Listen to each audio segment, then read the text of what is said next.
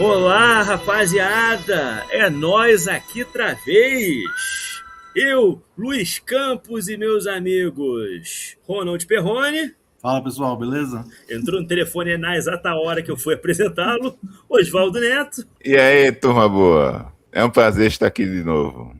Estamos aqui para falar de um filme em homenagem àquele que se foi neste momento da gravação, dia 25/3. Estamos a alguns dias do falecimento de Chuck Norris, que com seus quase recém-completados 86 anos nos deixa, e nos deixa também com um legado muito interessante, né, para nós fãs do cinema de ação, né? Esse que foi um dos maiores ícones do gênero, esse que se tornou meme de internet, esse que se tornou também uma figura muito influente para toda uma estética, por que não, de herói de ação. E a gente está aqui para falar de um dos seus maiores clássicos, McQuaid, o Lobo Solitário. E para começar a falar desse filmezinho bem legal, eu queria perguntar para Ronald. Amigo Ronald, você que eu sei que gosta muito desta obra, eu queria que você me dissesse quando foi, se você tem essa memória, você tem a memória da primeira vez que você assistiu ao McQuaid? Muito bem, amigos. É uma honra estar de volta aqui para falar agora desse ícone da nossa infância, né, que nos deixou recentemente. E respondendo a pergunta, eu confesso que eu não tenho uma lembrança assim de quando foi a primeira vez que eu vi, mas eu lembro de ter visto com a dublagem da Herbert Richards na TV. Então, provavelmente eu vi em algum momento ali dos anos 90, né, quando os filmes do Norris passavam na TV aberta frequentemente, principalmente aqueles filmes Braddock, né, da série Braddock e Comando Delta, passavam à tarde na televisão. Eu devo ter visto então por ali, mas eu lembro que eu comprei o DVD nos anos 2000 e revi algumas vezes durante, sei lá, uns 15, 16 anos atrás. Foi um dos filmes que eu revia constantemente. Depois eu parei, né? Fiquei um hiato aí sem rever. Revi agora. Embora você esteja certo, eu realmente gosto do filme. Hoje, revendo, eu tenho alguns poréns para a gente conversar e debater, e, enfim, chegar a algumas conclusões. Mas eu continuo gostando bastante, é um filme bem divertido, eu acho que vai valer a pena a gente debater, porque eu acho que continua sendo, pelo menos a princípio, eu ainda estou revendo vários filmes do Norris depois da morte dele, para relembrar, para homenageá-lo, mas por enquanto eu acredito que seja mesmo o melhor filme dele, talvez, o melhor veículo de ação dele. Mas é isso, pode ser minha primeira participação depois de tanto tempo, né, no Poeira, eu tava com saudade de poder dialogar com vocês. Oswaldo Neto, meu caro, você que agora há pouco ostentava aqui para nós seu DVD da MGM, com o moço aqui ostentando a sua faixa na cabeça e sua indumentária que ele veste na parte final do filme, no clímax da obra. Por favor, conte-nos a sua relação com o filme. Primeiramente, né, eu gostaria de manifestar aqui a minha felicidade, né, embora que por um motivo triste, né, que é a partida do Chuck Norris, a gente pode dizer que ele foi responsável agora, inclusive, por reunir a gente novamente aqui, né, gravar aqui esse episódio de retorno das atividades do Cine Poeira, né, tô com boas expectativas aí de que esse retorno vai ser bacana, que vai gerar bons frutos aí, vai gerar programas muito bacanas e interessantes para quem acompanhava a gente antes e para os novos ouvintes. A gente espera também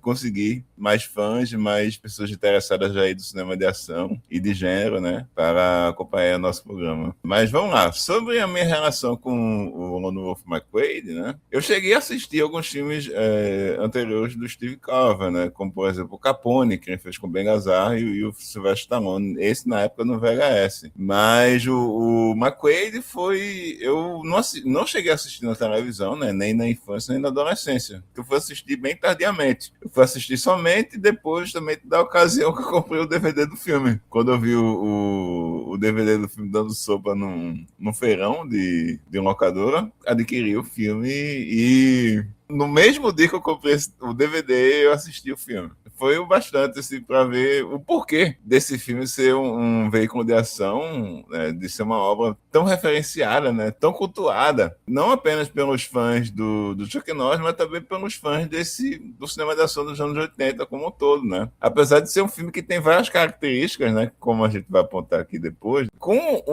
um cinema que a gente via também nos anos 60, né? Inclusive pela participação de algumas figuras no elenco. Pois é, o Oswaldo citou aqui, né, Steve Carver, o diretor do filme. Steve Carver, que também tinha dirigido alguns anos antes o Norris em Olho por Olho, que nós aqui no Poeira, alguns anos atrás, havíamos feito também um programinha sobre. Se quiserem, tá online, rapaziada. Podem ouvir. Aliás, eu tava dando uma olhadinha aqui por curiosidade. Bom, não dá pra negar que o McQuaid, ele tem algumas similaridades com uma futura obra do Chuck Norris chamada Walker, Texas Ranger. E essa semelhança não parece à toa. Realmente, deu a entender que a impressão era para ser McQuaid, Texas Ranger mesmo, a série, mas não foi por motivos de tudo relacionado ao McQuaid, estava atrelado a Orion, que é a produtora do filme. Aparentemente teve, inclusive, anos depois, um processo do Steve Carver e do produtor sócio dele contra o Norris, não é isso?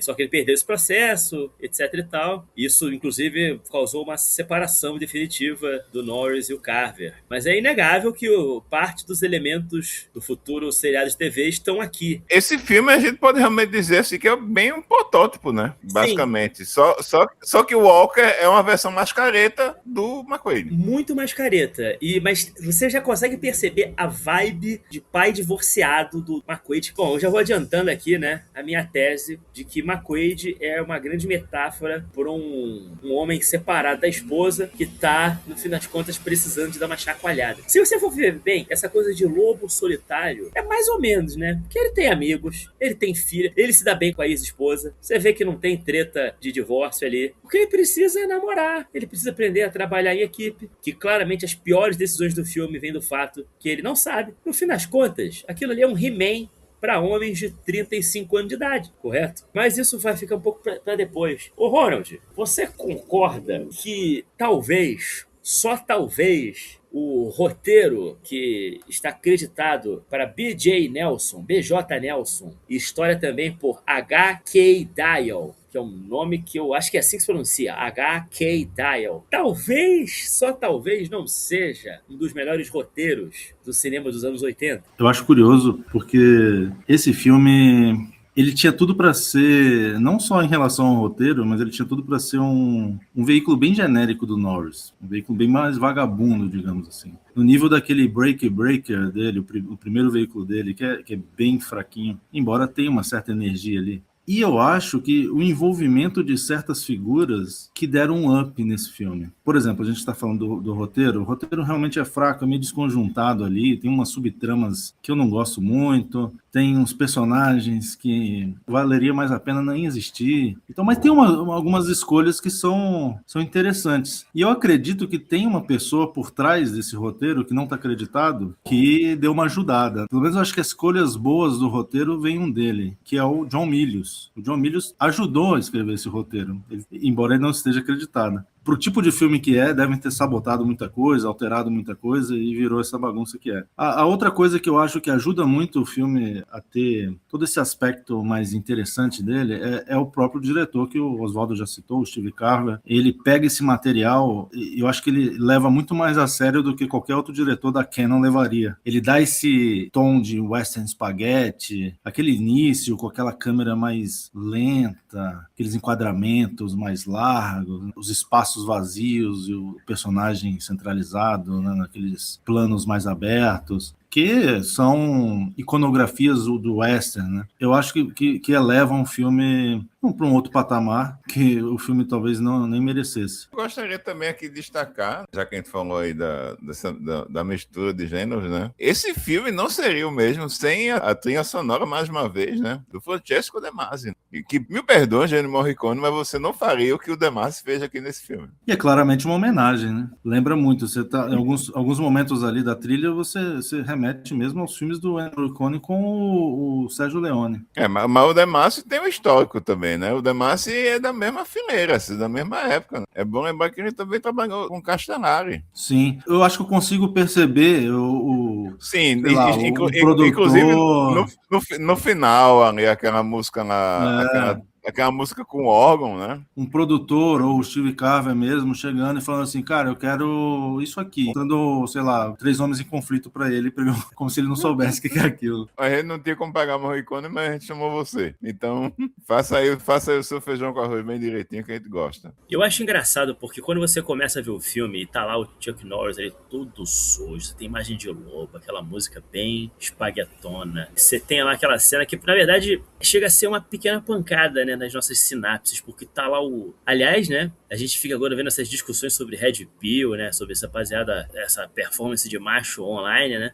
Eu imagino que essa rapaziada vendo o Norris no começo do filme deve de ficar ensandecida, né? Porque o homem quebra, né? Completa o bingo todinho, né? Tá suado, tá sujo, tá com a arma na mão, tá no meio do mato, tem lobo aparecendo ali. É uma loucura. É deserto, tem poeira. E a galera deve ficar até suada, mais suada que o próprio Norris. E depois você vê ali aqueles Rangers ali, que são uns inúteis, sendo cercados por um grupo de homens que parecem, na verdade, não membros de um filme de faroeste espaguete, mas talvez de um daqueles rip-offs de Mad Max italianos. Também daquele período aí dos anos 80, parece que você tem um diálogo entre 2 filmes italianos diferentes. Um faroeste com algum daqueles filmes, sei lá, né? Fuga do Bronx, como é que é? Ou quem sabe algo que o Círio Santiago filmou, né? Produzido pelo Roger Corman, lá na... eu achei que qualquer hora podia aparecer o Richard Norton e o Robert Patrick, né?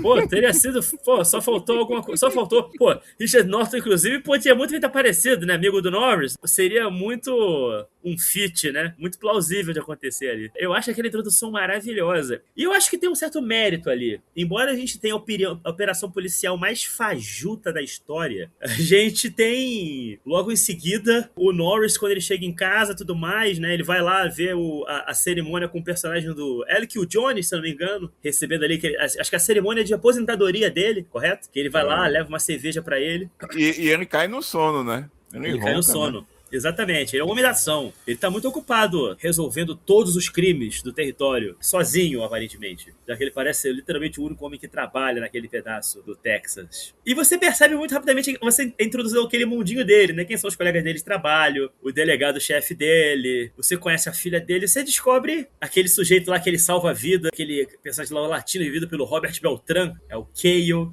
que num breve momento vai atrás dele e fica parecendo até uma daquelas mocinhas que se apaixona pelo herói no começo do filme, né? Não parece muito? Aquela cena que ele vai atrás dele de carro. Rapaz, qualquer cena ali, eu desconfiei que o papel seria para uma atriz. E botar um ator no lugar. Não parece?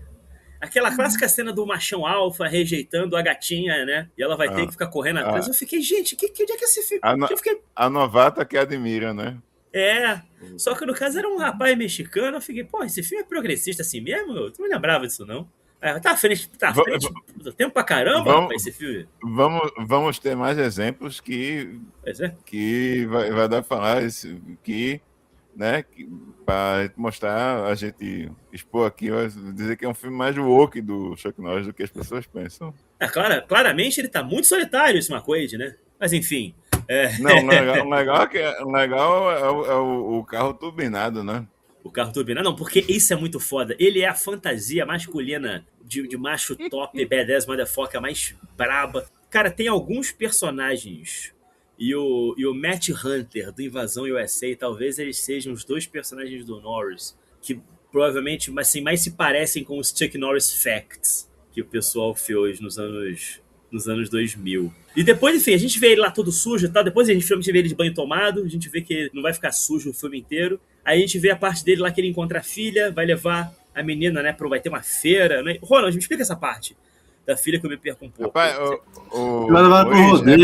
é bom lembrar que ele não fica sujo, mas o carro fica, né? O carro fica ele não lava o carro em nenhum momento. Ele não lava o carro em nenhum momento. Sobre essa questão do Chuck Norris ser sujo ou não, eu não sei se ele tá sujo, mas que ele aparenta ter cerveja seca, grudada no corpo, ele parece ter. Uma coisa meio nojenta, assim. Não sei como é que aquela mulher começa a gostar dele, mas enfim. Então, ele leva ela para um rodeio, né? Andar de cavalo. Não é um rodeio, esqueci o nome desses lugares que tem corrida de cavalo. Mas tem um outro nome, que faz corrida de cavalo. Como é que é o nome? Sei lá, mas talvez nem seja isso. Enfim, e ela sofre meio que quase um acidente, né? Ela perde o controle ali do cavalo, mas quem salva ela, na verdade, é uma belíssima mulher latina, que está ligada ao vilão do filme, né? Aliás, a gente não comentou ainda, mas o vilão do filme, o David Carradine, ele surge no filme de uma maneira daquele jeito, né? Genial. Contra um grupo de revolucionários cubanos, né? Não, é uma cena que a gente vai ver as negociatas, né? Já coloca o espectador no mundo do personagem do David Carradine, né? Um grupo de revolucionários cubanos, só que na verdade não são cubanos contentes, né, com o momento atual lá de Cuba, né? São cubanos que querem tirar o regime, né, que está lá até hoje. Só que eles tentam trapacear o personagem do Carradine. Só que aí todos se fodem, né? O Tem Carradine lá ele já estava esperando por isso, né? Ele Inclusive, demonstra... a emboscada estava toda feita também Já com estava. os capangas dele. Ele desarma o cara com um chute de Kung Fu, mas os parceiros dele já estavam ali metendo bala. Quando a gente olha o Carradine de novo, ele já está no chão, assim,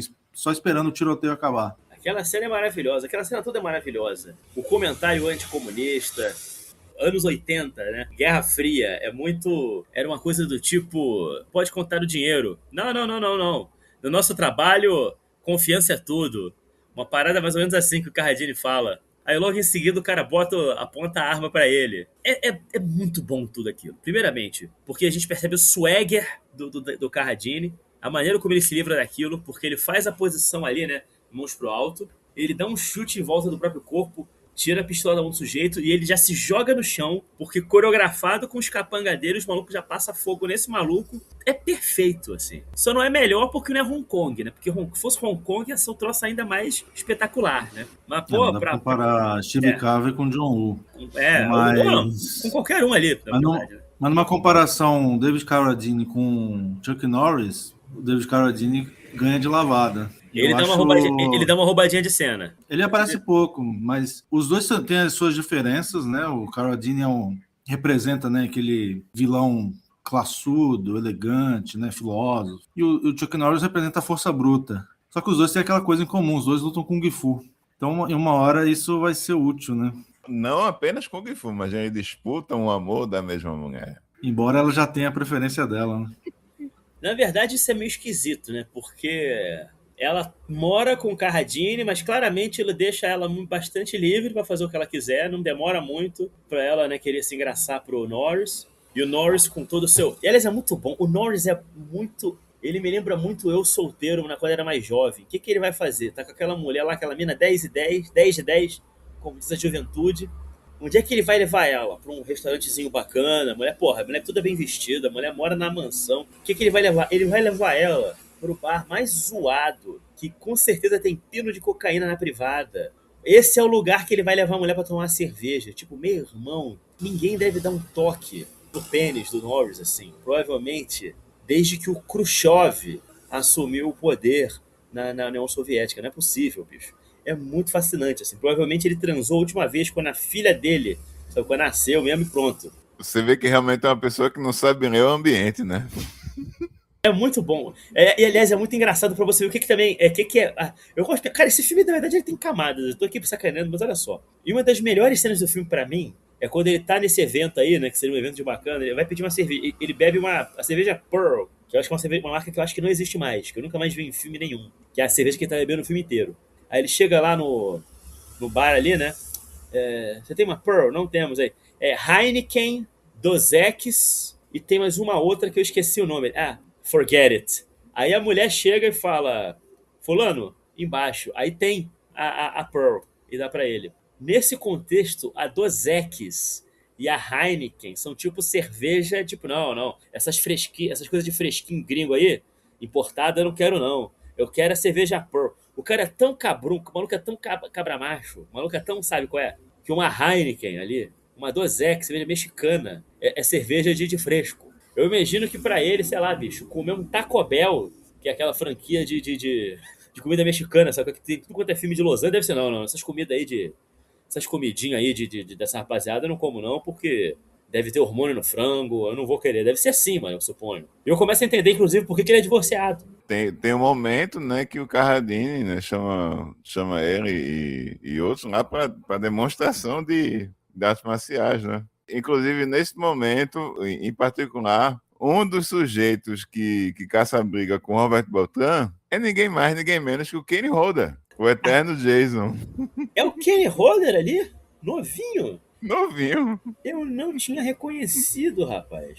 Aliás, esse é um filme que. Esse filme é maravilhoso, porque ele senta o pau num policial e não dá nada. Eu acho muito interessante as regras desse filme, assim, como funcionam as coisas. Porque ele claramente agride um policial e, tipo, foda-se. Ele agride não um, agridem dois policiais, porque depois o Eric e o Jonas também tomam um socão na cara, não dá nada. O Norris se mete aí, bate em todo mundo. Aí alguém fala, tipo assim, se eu for levar pra delegacia todo mundo que tenta me bater, eu não faço outra coisa, tipo, meu irmão, você é um Ranger, filha da puta. O que está acontecendo aqui? Onde se passa o universo desse filme? Passa em Hogwarts. Ele se passa em algum ambiente, exatamente, sabe? Aquilo Em ali não é Nárnia. em Nárnia, eu não sei. Eu acho que, se duvidar, os Estados Unidos desse filme, ele tá mais próximo do Nordeste, do Glauber Rocha, do que dos Estados Unidos de verdade, dos anos 80. Não sei. Fico pensando aqui. Seria Steve Carver, ou Ronald Perrone, o Glauber Rocha do cinema B estadunidense? Acho que não. Acho que não. Porque o Steve Carell é muito. Não tem a ousadia, né? Talvez quem? Talvez o Albert Pion seja o Glauber Rocha do cinema B. Eu iria mais para esse lado. O Steve Carell é meio classudo demais, né? Embora ele tenha essa pegada, né, de surgir ali naquele exploitation americano mais soft, das produções do Roger Corman. Ele é um cara que pega esse tipo de material e traz dignidade, né? Foi assim com o Capone, né? Que eu citei, né? Com o Ben Gazzara e o Stallone, né, que é um filme muito bom. Sim. Eu acho um filme bem, bem bacana. E o Big Bad Mama também, né? Com a Angie Dixon, que é bem lembrado. Sim, também. O outro filme que ele fez com o Chuck Norris também, o que a gente comentou já aqui, Olho por Olho, que faz uma bela dobradinha, né? De Steve Carell, Chuck Norris, ação nos 80, policial com Kung Fu. Nesse caso do filme que a gente está falando, já tem uma pitada de western. É um sujeito interessante. Eu acho que é um diretor que as pessoas que gostam de filmes de ação, de filmes de gênero nesse sentido, deveriam prestar mais atenção. É um diretor interessante. Como eu até comentei com vocês, né? Lá nas conversas da gente pelo WhatsApp, né? Que eu acredito que Olho por Olho e McQueen no Lobo Solitário são dois filmes assim, superiores à fase dele da Canon, que é muito mais lembrada, assim, né? Então, eu acho que os fãs do Norris, né, deveriam, se algum cara que se diz fã do Chuck Norris e ainda não assistiu a esses dois filmes, a pessoa realmente não sabe o que está perdendo. Para mim, são dois dos melhores filmes da carreira dele. E eu acho que o McQuaid, o Lobo Solitário, ele é um ponto de virada na carreira do Norris. Porque ele surge ali no final dos anos 70, depois de fazer, né, grande participação no Fogo do Dragão, lutando contra o Bruce Lee. E o Caçado de São Francisco, né? Sim, ele faz o papel de um vilão. Que inclusive ele não aparece muito, né? Não aparece pouco, mas é o destaque na capa dos filmes, né? Exatamente. E é uma produção de Hong Kong, né? É uma produção de Hong Kong feita nos Estados Unidos. Mas quando ele surge ali no final dos anos 70, ele ainda está muito ligado ao fato dele ser um artista marcial. E eu acho que, mesmo quando ele começa a participar, entrar muito nessa onda de fazer veículos para demonstrar todo esse seu potencial, porque ao mesmo tempo acredito eu que ele entendia das limitações dramáticas dele. Então ele estava focado mesmo em fazer filmes de ação, pancadaria, etc. Mas aqui eu vejo um ponto de virada, porque eu acho que ele tenta construir um personagem mais interessante. Ele brigou na produção para o filme ter uma classificação indicativa menor. O filme era para ser mais violento. Ele queria, talvez, eu penso, construir uma figura mais americana, né, do herói americano à la John Wayne, com essa mistura de western, né? Ele nunca foi muito de falar, né, de grandes discursos, de diálogo, mas aqui ele é claramente um cara não muito sociável, tem esse ponto de virada e que ele constrói para o restante da carreira. Eu acho que é um personagem modelo, vai moldando aqui. Não, é muito isso mesmo. Você foi muito cirúrgico, Ronald. Foi uma fase de transição. A minha bronca É que eu meio que odeio a transição dele, assim. À medida que foi crescendo a barba, ele foi pintando o cabelo, ele foi pegando mais em armas, o melhor dele foi morrendo. O Norris e seu irmão, na minha opinião, uma das visões mais imbecis de cinema do mundo. Eu não tenho a menor pena. Sinto muito que ele faleceu. Eu acho que o que ficou pra história do Norris, assim, beleza, os anos 80, casou, sabe, icônico, aquela foto do Norris ali, do pôster do Braddock, muito pica. Você pega o filme, puta, que merda, sabe qual é? Tipo, toda vez que eu vejo alguém comentando, nossa, aquele filme era muito... Cara, que eu sei que você tem 50 anos de idade e tu não vê nada de novo há décadas, assim. Eu acho muito improvável que um jovem, adolescente de 20 anos vai pegar essa porra, vai dizer, nossa, que filme maneiro. Não vai dizer. Não é que nem você pegar, às vezes, um clássico do faroeste, tá ligado? Que pode ter um ritmo mais lento, você vai pegar uma puta de uma, sabe, fotografia pica, atuações foda, um texto bom pra... Não. Você vai ver um sujeito extremamente limitado, com uma história canhestra pra cacete, com uma fotografia meio feiosa. Eu tenho muita Não, o bronca Norris, disso.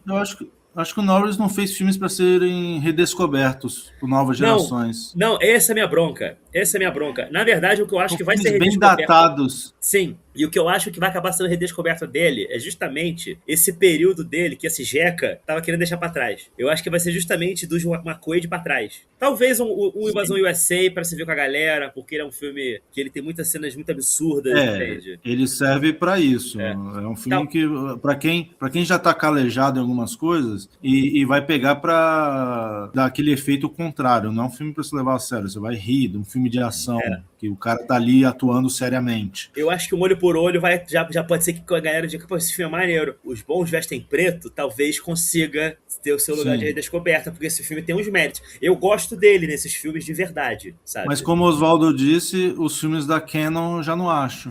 Vão ser redescobertos e falar, putz, os Braddock são foda, hein? A minha aposta, talvez, os comandos Delta. O comando Delta, é. Um, Comando dois Delta. até. O 1, talvez. O 2 talvez Acho também. que o 1 e o 2. O 2 também. Eu acho o público atual. Olha, o Comando Talvez. 2, é melhor do que todos os Braddock. Isso é. E assim, eu não tô discutindo a qualidade. Porque e para o Comando nós eu sei Delta- que é melhor. É bom, são bons esses filmes. E o Comando Delta, eu gosto muito do Comando Delta, porque ele tem uma pegada ali do resquício do cinema catástrofe dos anos 70, sabe? E a começar também pelo o Menard Goma dirigindo, presença do Limave e aquele bando de veterano que também tá no elenco, né? Sim. Martin Balsa, Sharon Winter, se não me engano, também tá no filme. O cara que faz o vilão lá, como é o nome dele? E Robert Foster, maravilhoso, Robert Foster. né? Nunca seria escalado hoje como árabe, né? Tem uma atriz que eu não vou lembrar de jeito nenhum o nome, que depois eu descobri que ela ficou famosa Sharon Stone. Não! Uma atriz que eu descobri Jodie que ela Foster. ficou famosa em filmes do Fassbinder, cara. Que ela tá no Comando Delta. Ela tá no Comando Delta? Uma atriz alemã. Não vou lembrar dela de jeito nenhum. Tô ligado. Obviamente eu tava brincando falando que era Sharon Stone e Jodie Foster. Assim, uma coisa também que vai atrapalhar muito da galera curtir o Norris, e inclusive o Comando Delta, é que, assim, as opiniões políticas do Norris, né, é um cinema em que você sabe muito bem o que ele defende, né? Tipo, o Norris defende é o que seria basicamente o nosso fim, se você é sul-americano. Vamos combinar. Essa atriz aqui, Luiz, Hannah Skiguma? Eu não sei falar sobre o nome dela. É ela mesmo. É um filme muito subgênero. Continua entre nós, com 82 anos. É a atriz fetiche do Fassbinder. Faz filme com ele desde os anos 60. Falando assim, parece que eu odeio o cara, né? Bom, eu detesto, realmente me incomoda muito ideologicamente, assim, rever adulto uma série de filmes do sujeito, né? Mas... E me incomoda descobrir a quantidade a visão errada, que claramente as decisões criativas equivocadas dele e do irmão, dele e do Aaron, que eles tomaram. Eu fico, gente, à medida que foi passando os anos, é tipo, gente, não. Quem que você acha que vê seus filmes? Criança, sabe? Você acha que é quem? O público feminino? Quem você acha que tá vendo isso? Mas eu também consigo entender que ele era daquela geração e que era vergonhoso você saber dar um chute na cara. Então os caras viram que parece que tinha essa ambição de querer se provar mais do que heróis de ação, O que era patético, porque na verdade eles... Não é como se os caras fossem tipo o Burt Lancaster, ou o Burt Reynolds, ou enfim, algum desses caras que estavam para além do estereótipo que os levou ao estrelato. Eles tinham de fato um escopo gramático muito maior do que num primeiro momento parecia, entende o que quer dizer? Imagina o pobre do Norris tendo que, sei lá, ler um monólogo do Beckett, ou adaptar um texto de Shakespeare como se fosse, sei lá, bicho, um filme de invasão à embaixada americana. Porra, não tem como, caralho. Mas tem uma coisa que eu gostaria de ressaltar sobre o Norris. Porque ele, pelo menos, ele é precursor numa coisa. Nesse período do cinema americano, de Hollywood, né, mesmo que de baixo orçamento, eu não consigo enxergar nenhum ator que fizesse um filme urbano, policial, às vezes misturando western, como é o caso deste aqui, e que tivesse skills de artes marciais. Que ator americano fazia isso nesse período? Ia levar quase 10 anos pro Seagal aparecer. Exatamente. Então, assim, ele é um cara que entra no cinema através das suas habilidades de artes marciais. E antes do Chuck Norris, eu não faço ideia se existiu no cinema de Hollywood alguém que tenha entrado por aí, como o Steven Seagal fez depois, o Van Damme e vários outros que surgiram ali. Eu ia citar o Michael Dudikoff, mas eu esqueci que ele não veio das artes marciais, ele não sabia nem dar um chute quando ele fez American Ninja. Mas enfim, existem assim infinidades de atores que entraram no cinema através das artes marciais, a partir do final dos anos 80 e início dos anos 90, e antes do Norris, eu não consigo citar um, talvez não tenha mesmo, talvez o Norris seja o precursor disso. Ele abriu a porta, velho. Exatamente. Só queria concluir assim sobre a questão do Norris, sei lá, do apreço que a gente tem por ele. É porque a gente tem um lado nostálgico ainda, muito forte. Eu acho que se eu descobrisse o Norris hoje, eu não daria valor algum. Exceto alguns casos, talvez um olho por olho, talvez o McQuaid ainda me despertasse alguns sentimentos, nem se fosse por um entretenimento passageiro. Eu acho que tem muita coisa aí que é interessante. Quando ele morreu, eu estava conversando até com o Marcelo Miranda, que já fez uma participação no nosso podcast, eu acredito, para falar do filme Cyborg, do Albert Pion, se eu não me engano. Procurem lá atrás. A gente estava falando disso, de que o Norris é como se ele fosse um tio nosso, que a gente viu se destacar no cinema e ele viu a gente crescer. É como alguém próximo, mas não tão próximo. A gente via quando era criança com uma certa admiração. Um tio que deu certo, que agora já não tinha tanto contato, mas na infância era uma figura que chamava a nossa atenção, que a gente admirava. E olhando agora, assim, era só o tio do churrasco, não, talvez nem... Inclusive a gente não tinha tanto contato porque ele virou tio do Zap, né? Então Exatamente. a gente... Porra, pra caralho, maluco. Isso é uma bronca que eu consigo. A parte da minha nostalgia não ter é essa. O maluco gabaritou todos os bingos de tudo de ruim, assim.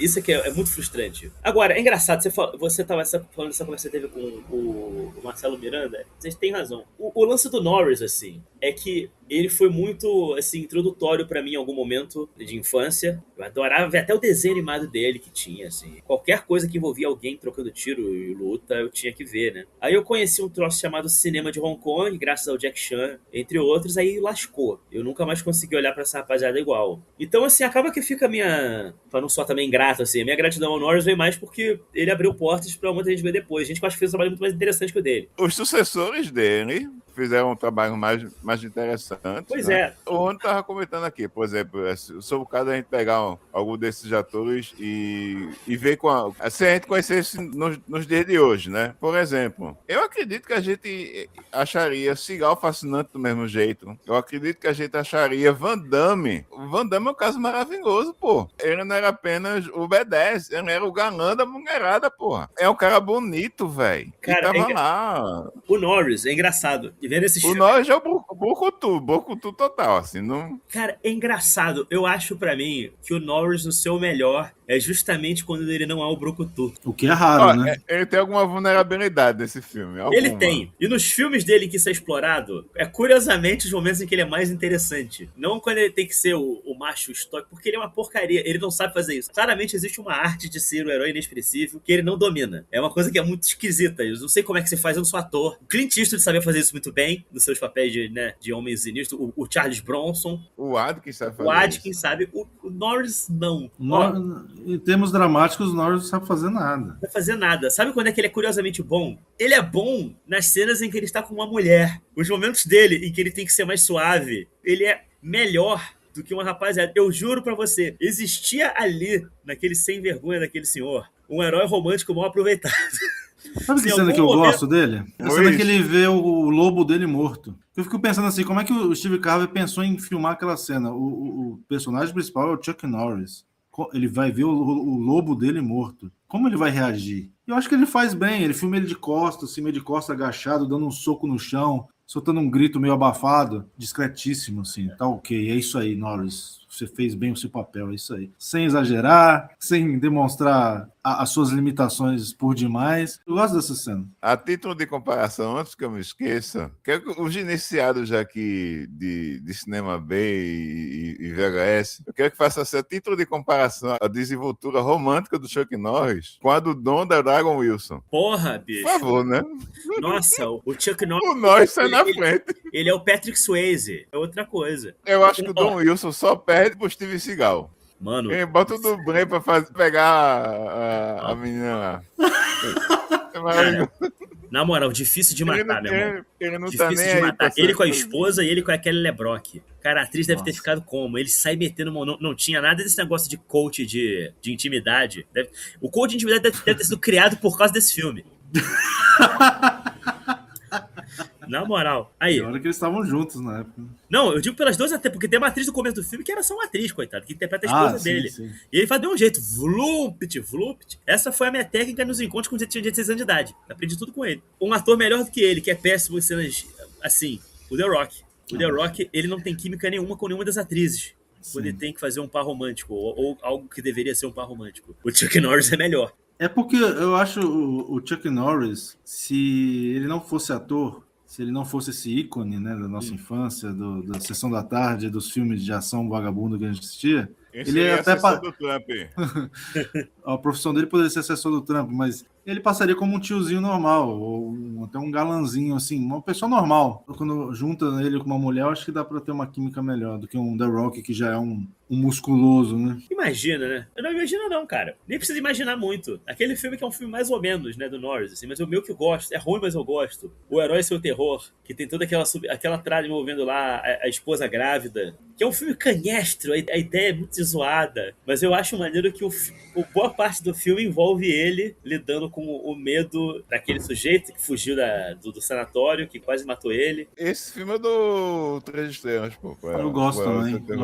Eu só queria lembrar de uma coisa nesse filme. Se ele tava de barba ou não nesse filme. Cara, eu acho que ele tá com os dois, de barba e sem. Porque claramente a barba... Até anotei isso aqui, ó. A barba mexe com o caráter dele, com assim, a personalidade dele muda de acordo com a barba. O Norris de barba é um Norris triste. O Norris de bigode, mais alourado, era um Norris alegre. Ele sorria, ele tinha amigos. No Olho por Olho a gente comentou isso, que ele tava sem barba, né? Ele tava rindo, fazendo piadinha. É um Norris mais feliz. Ele mesmo. tinha um apartamento limpo, bacana. Ele tinha um cachorro. Agora você pega o primeiro. Pega o primeiro Braddock, que ele tá mais barbudo. Pô. O cara é depressivo ali, ele precisava de uma terapia, ele não precisava voltar pra guerra. Na moral, eu queria muito. Terapia. Só comprova a teoria do segundo escalão, né? Porque ali é um ramo da Shopee, porra. Braddock é um ramo da Shopee. É o ramo da Isso, Shopee. com certeza. E assim, ó, vamos pegar outro filme. No Vingança... Eu acho que eu sempre falando do filme errado. Eu chamo de Vingança Forçada, porque o título em inglês é Forced Vengeance. Mas não deve ser isso o nome do filme. O Fúria Silenciosa? Não. Que eu me amarro também. Que, diga-se passagem, ele arruma namorada, ele é um policial de cidade pequena. Também tem uma casa maneira, uma vida estável, tem um ciclo de amizade. Tá vendo? Ele tá Esse é um dos mais legais dele. É um dos mais legais. Que é meio slasher, assim, né? Tem o Fúria Silenciosa, eu gosto muito desse filme, mas o Vingança Forçada eu nunca vi. É legal, cara. Também ele não. tem amizades, ele trabalhava com alguém também. Ó, é um outro nome. Esse talvez seja o filme dele que eu mais gosto, um filme pra você rever. Esse é um dos mais maneiros dele, por acaso, um dos menos assistidos. Assim. É um filme que ele é cheio de ação. Ele tem lá acontece suas desgraças no filme e tudo mais. Mas, porra, eu vou te contar uma coisa, ó. Vocês ouviram aqui, hein, gente? A gente aqui do Poeira tá dizendo. O Norris pré-canon é o verdadeiro Norris. É Luiz Campos, é Ronald Perrone e é Oswaldo Neto, os seus verdadeiros amigos. Depois não vem falar que foi outra pessoa que falou, não, hein? Você ouviu aqui primeiro. Acredita aí o Cine Poeira, porra. Mas voltando ao McQuaid, Gostaria também de falar... Verdade, né? A gente tá falando de McQuaid, né? Eu gostaria... Uma figura que eu tinha me esquecido por completo que estava no filme é o William Sanderson, né? Saído do Blade Runner direto pro set desse filme. Imagina o baque, né? Fazendo um criminoso rastaquera, apelidado carinhosamente de Snow. Por que será, né? Na segunda cena que ele aparece, ele tá lá, em plena atividade nasal.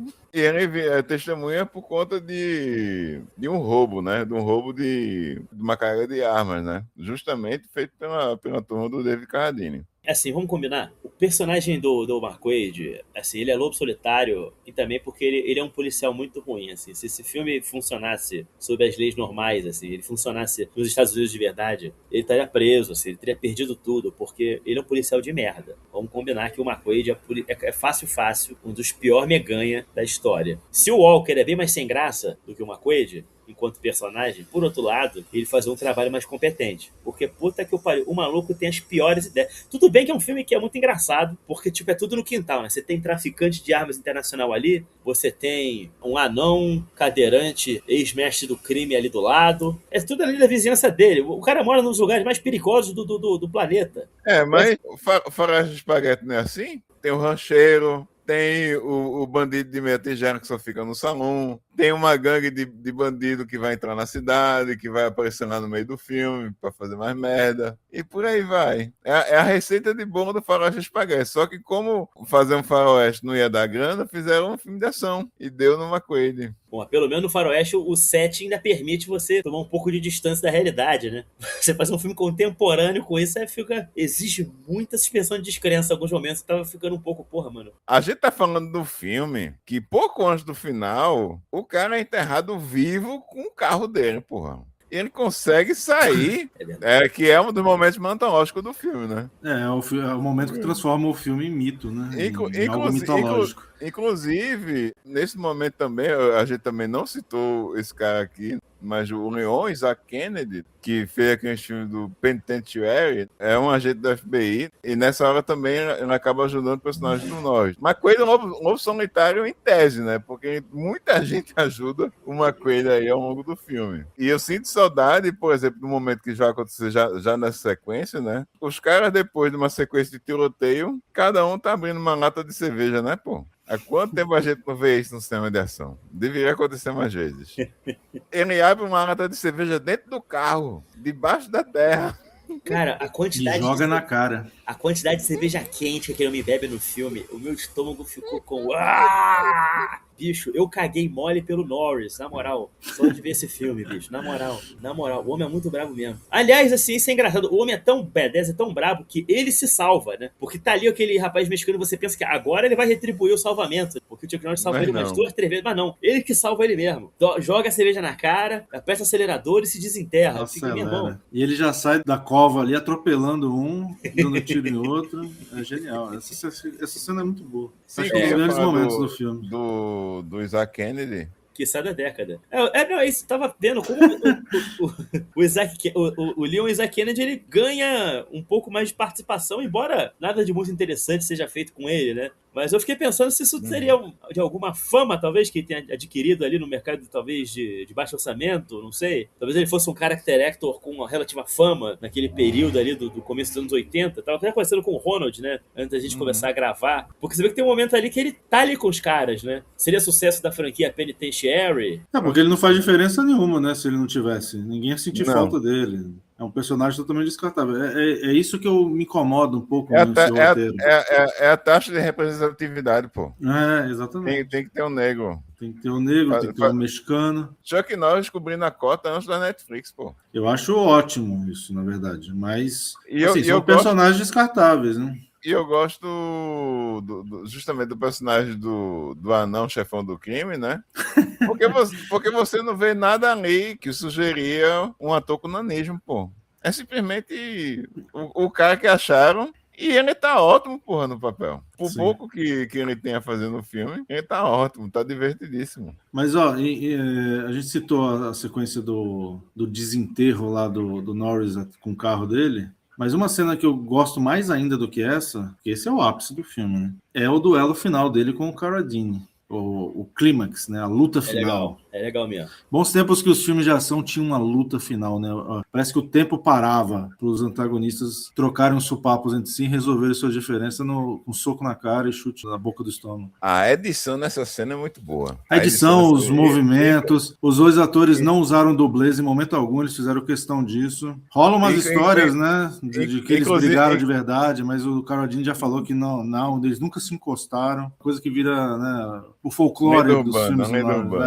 Tá falando da edição, né? Inclusive, no momento que a filha do Norris tenta ajudar o pai, né? E o Carradine dá um supapo na cara dela. E aí a gente vê a expressão de emputecido, né? Do McQuaid. E aí a gente tem uma repetição do supapo na cara da menina. É lindo aquele momento. Lindo. E a repetição é em câmera lenta ao estilo Peckinpah. A repetição e o soco. Já vê a influência que o Oswaldo tinha mencionado do Peckinpah. São alguns momentos chaves ali que ele usa uma câmera lenta bem tentando imitar ali o Peckinpah. Que é curioso isso, né? Porque o Chuck Norris, durante a maioria dos filmes dele, ele é meio ego inflado, estilo Steven Seagal, né? Não gosta de apanhar nos filmes e tal. Mas aqui, ele apanha pra caramba do David Carradine. Eu acho que não podia ser diferente, né? O David Carradine também tem um background ali de artes marciais, não sei o nível, mas ele ficou famoso, né, pela série dos anos 70, A Lenda, né, o mestre do Kung Fu aqui no Brasil. Não era simplesmente Kung Fu, não, a série? Kung Fu, A Lenda, não? Uma coisa assim, não? Talvez. Nossa, assim, são 3 especialistas nesse tipo de coisa e a gente esquece o nome de uma série dessa. Você não viu, né? Você vê o nível. Eu tenho, curiosamente, uma romantização, um livrinho. Tá como Kung Fu, simplesmente. Não, mas eu acho que é isso mesmo. Acho que era Kung Fu, a lenda de alguma coisa. Mas... Tinha nos anos 90 que a lenda continua. A lenda continua. Mas é dos anos 90, uma continuação tardia. Enfim. Que era o que passava no SBT. Exato. Enfim. Mas a luta é muito boa dos dois. Muito bem editada. A coreografia é interessante, os movimentos ali do Carradine são meio excêntricos, né? Dá um charme a mais na luta. O Chuck Norris, de fato, ele vem de um repertório de artes marciais. Ele era um faixa preta de Tang Soo Do e tudo mais. O Carradine, não, ele treinou ali. Bom, acho que ele até fez ali um treino de Kung Fu. Ele era ator, né? Série, mas ele não veio do mesmo, né? Não era um cara que treinou artes marciais com o mesmo empenho. Não foi um atleta de artes marciais como Norris. Ele é Nepo Baby, né? Filho do grande John Carradine. Sim. Então, ele e os irmãos dele entraram no cinema. Irmão do Robert, né? Que também, infelizmente, faleceu recentemente. Exatamente. Eu acho que tem coisas que poderiam ser melhor resolvidas. Eu acho que o filme tem uma gordura desnecessária. Ele ficaria ótimo com 1h35. Personagens que eu não vejo sentido de existirem. Por exemplo, tem ali o policial mexicano, né, que força uma parceria com ele, etc. Faz aquele stalker ali pra cima dele. Mas realmente precisava ter tanta participação assim? Ele precisava porque é o arco do Norris aprendendo a trabalhar com os amiguinhos. Ele precisava. Precisa? Agora, precisa disso? É o tema do filme. Ele sim, o personagem do Isaac Kennedy não. O personagem do Isaac Kennedy poderia ser descartado lindamente. É porque eu penso nesse filme, quando começa o filme, aquela sequência dele lá no alto do monte, é o lobo solitário. Eu acho que se o filme tivesse uma pegada do tipo renegar esse negócio de arco narrativo que ele precisa trabalhar com alguém, eu acho que daria um filme, seria um filme diferente, obviamente. Eu não posso julgar o filme pelo que eu gostaria que fosse, eu tenho que julgar o filme pelo que ele é. Mas, às vezes eu não sou tão coerente assim, então eu falo o que eu não penso, o que eu não concordo. Mas eu gostaria que o filme fosse mais por esse caminho. Eu acho que seria mais interessante. Mas assim, também não é nada que me impeça de gostar do filme. Eu acho que o filme funciona do jeito que ele é. Mas realmente, é isso que o Oswaldo falou também. Gordurinhas aqui e ali, poderiam ter enxugado, umas subtramas ali. A coisa da família, eu acho que... Mais atrapalha do que ajuda. É a coisa da filha. Pra que é filha? Precisa da filha? Eu preferia outra cena dele com a Bárbara Carreira na lama e tomando banho de mangueira. Nossa.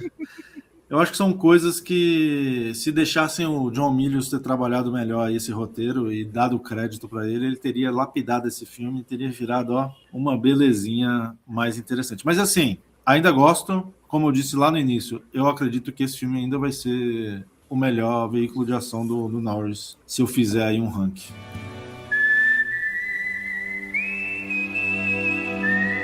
Olha, como vocês sabem, eu sempre falo isso, eu não sou muito a favor de meia estrela, né? Mas por questões de organização. Fui classificar estrelas cheias para me organizar melhor na classificação dos filmes. Mas eu não acho que esse filme mereça um 4, mas também acho um 3 muito pouco.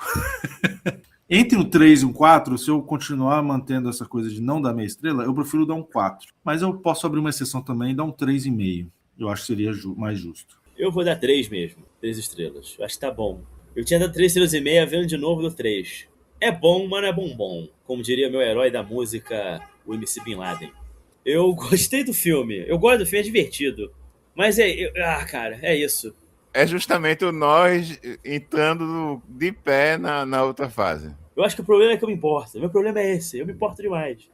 Sabe? Eu não consigo não pensar, caraca, ia ser pica se você tivesse ouvido as pessoas certas. E você colocou as pessoas erradas na cabeça dura. Você é um homem romântico, Luiz. Você nunca me enganou. Eu sou um homem romântico. Mas é um dos filmes dele que eu mais gosto. O Chuck Norris é uma das figuras, pra mim, mais frustrantes do cinema. Um dos casos assim que eu fico mais, cara, que tristeza. Eu acho que é o caso da figura ser maior do que os filmes, né? O Chuck Norris, você pensa nele, você pensa com um certo carinho. Mas se você for para analisar qualquer filme dele, ele nunca fez um grande filme. Nunca fez nenhum filme excepcional. Eu acho que ele fez, eu vou dizer. Mas assim, é pelos motivos... Então eu queria ver um ranking. Então eu quero ver um ranking. Porra, não, top 5. Mas vou falar agora a minha nota.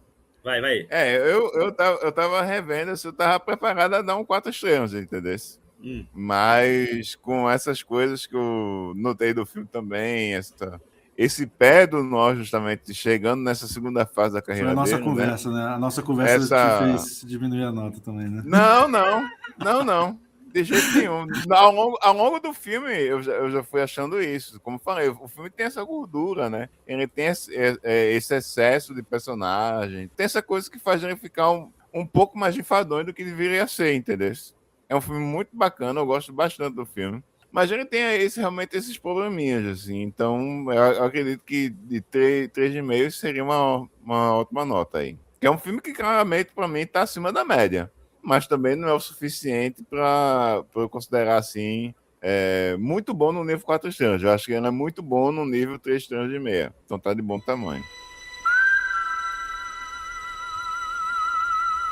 Faz um 3, vamos fazer um top 3. Em ordem crescente, ficaria Comando Delta, Olho por Olho e o Vingança Forçada, nessa ordem. As coisas podem mudar, obviamente, mas eu faço esses os 3 melhores filmes do Norris pra mim. Pra mim, eu colocaria o meu favorito, Invasão USA. Eu não consigo. É um filme todo errado, mas é o filme do Norris que eu mais revisito, assim. É diversão pura do começo ao fim. Todo troncho, mas troncho no melhor jeito que a Canon poderia ter feito aquele filme. E ainda tem, de largada, né, o Richard Lynch de vilão. E logo na primeira cena que ele aparece, ele mata o Billy Drago com 2 tiros no saco do Billy Drago. Então, porra! Então a gente realmente tá falando da série. Então, em primeiro lugar, o Invasão USA. Em segundo, o McQuaid. E terceiro, o Fúria Silenciosa. Eu acho que tá aí um top 3 de respeito. Eu ainda não revi o filme, acho que eu vou rever. A gente tá falando da fase mais careta do homem. A menção honrosa ou a menção horrorosa para o defensor. O filme que o Norris faz, O Espírito da Floresta. Jesus. É o filme ambientalista que Steven Seagal queria ter feito depois do Enterrando Savage e não conseguiu. Nossa, verdade. Eu vou te contar que tem anos que eu não vejo. Provavelmente vai ser horrível rever. Assim como aquele Sidekicks, né? Eu adorava ver quando era criança. Unidos pra Vencer. Eu acho muito interessante que o Chuck Norris não se satisfez em ser o ramo da Shopee, ele também fez o K9 da Shopee, né? Que foi o Top Dog, né?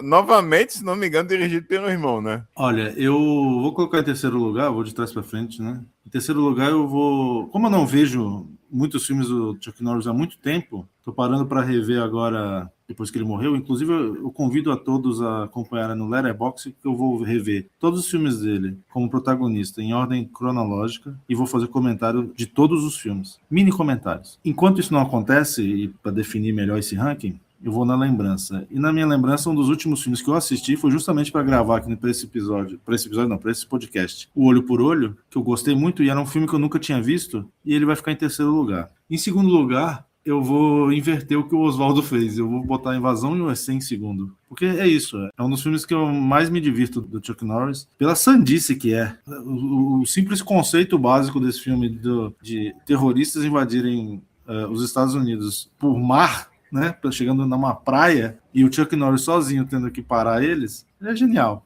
Eu me divirto muito com ele. E em primeiro lugar, o Lone Wolf McQuaid, né, o Lobo Solitário aí, que comentamos, ainda é o meu favorito. Tudo pode mudar em breve, mas esse seria meu top 3.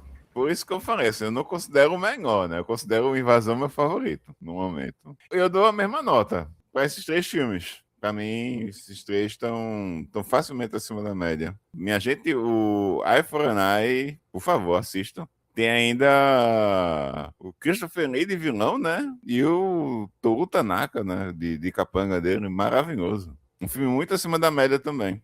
O Invasão USA, a última vez que eu vi, eu achei bacana, mas é que eu sinto que eu finalmente consegui entrar um pouco no clima, mas eu não tenho essa relação de afeto toda da rapaziada, não. Assim. Inclusive, eu gosto desse filme muito mais pelo Richard Lynch do que pelo Norris. Assim. Se tiver um fan edit, inclusive, com mais cenas do Lynch do que do Norris, acho que eu vejo. Que transforma esse filme numa espécie de slasher, com que você vê um comunista maluco sendo perseguido pelo Norris. Eu acho que funciona melhor esse filme, inclusive. Você vê que ele tem um tempo de cena muito maior do que o do Carradine nesse filme aqui.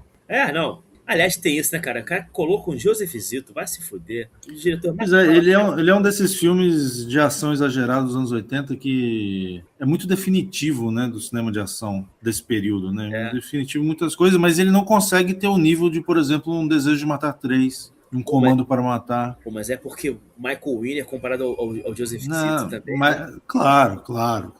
Não estou comparando qualidades neste momento, mas ele tem... E o Mark é Lester comparado com o Joseph Zito também. Lógico, com certeza. Mas, por exemplo, o Joseph Zito fez o melhor filme da série Sexta-feira 13. Não descarto o talento dele também. E o slash anterior dele também é bom, né? É o The Prowler? The Prowler, sim. Quem Matou Rosemary? Esse filme esse filme eu vi. Eu gosto do gore. Eu acho o ritmo dos filmes dele horrorosos, assim. Eu tenho uma antipatia muito grande pela obra do Zito. Se não fosse o grande brasileiro João Fernandes, assim. Isso que eu ia citar. E o diretor e a maquiagem do... Como é que é o nome daquele fodão da maquiagem? Que foi com o Romero? Foi os gore do Savini. Tom Savini. Eu acho que é isso, ele se serviu de boa gente ao redor dele, porque eu acho o Zito muito ruim, cara. Nada, não salva nada, não salva terror, não salva Braddock, salva porra. Calma aí, o Joseph Zito fez aquele clássico com o Dolph Lundgren. Como que é o nome desse? O Red Scorpion, Deserto né? Vermelho? Red Scorpion, exatamente. Esse eu vi, na época que eu era garoto eu vi, eu tenho que rever esse. Eu acho o Zito, assim, não é primeiro escalão, nem segundo talvez, mas não dá para rebaixar ele tanto. Eu acho que ele tem umas coisas interessantes. Mas enfim, eu acho que já falamos tudo que tinha para falar dessa porra, desse Chuck Norris. É o pistoleiro Chuck Norris. É o pistoleiro da lugar, né, Ronald? Ele filma sem deixar rastro. Atira bem sem deixar rastro. Pois é. Enfim. Infelizmente, finalizamos com o Chuck Zito. E com isso, a gente vai finalizando, né? De forma melancólica, esse programa que estava muito legal. Um prazer estar aqui novamente. Chuck Zito é outro cara, porra. Chuck Zito é o que bateu. Eu pensei... É o que bateu no Van Damme, né? Eu pensei que era intencional você misturar Chuck Norris com o Joseph Zito. Não. A gente não pode finalizar com forma melancólica porque faz 2 anos que a gente não grava pro Cine Poeira. Você tem razão. E a gente tá retornando. Sim. Não sei qual vai ser nossa frequência. Não sabemos. Não sei ainda como vai ser esse retorno, mas vai ser legal, A gente vai escolher uns filminhos legais aqui para debater. E em breve estamos de volta. Vamos se reunir com mais frequência. Exatamente. Uma coisa é certa, a gente volta. Vocês vão ver. Quando vocês menos esperarem, a gente está de volta. Seja lá o que isso quer dizer. Mas é isso aí. É igual a gente tá falando do Sexta-feira 3, parte 4, né? Igual o Jason, né? Nós sempre estamos à espreita. Nós sempre estamos à espreita. Igual as mãos do Steven Seagal filmando uma cena de amor em Difícil de Matar. Isso aí, gente. Tudo de bom. Aquele abraço. Até breve. Tchau, tchau. Falou, gente. Até mais. Tchau, pessoal.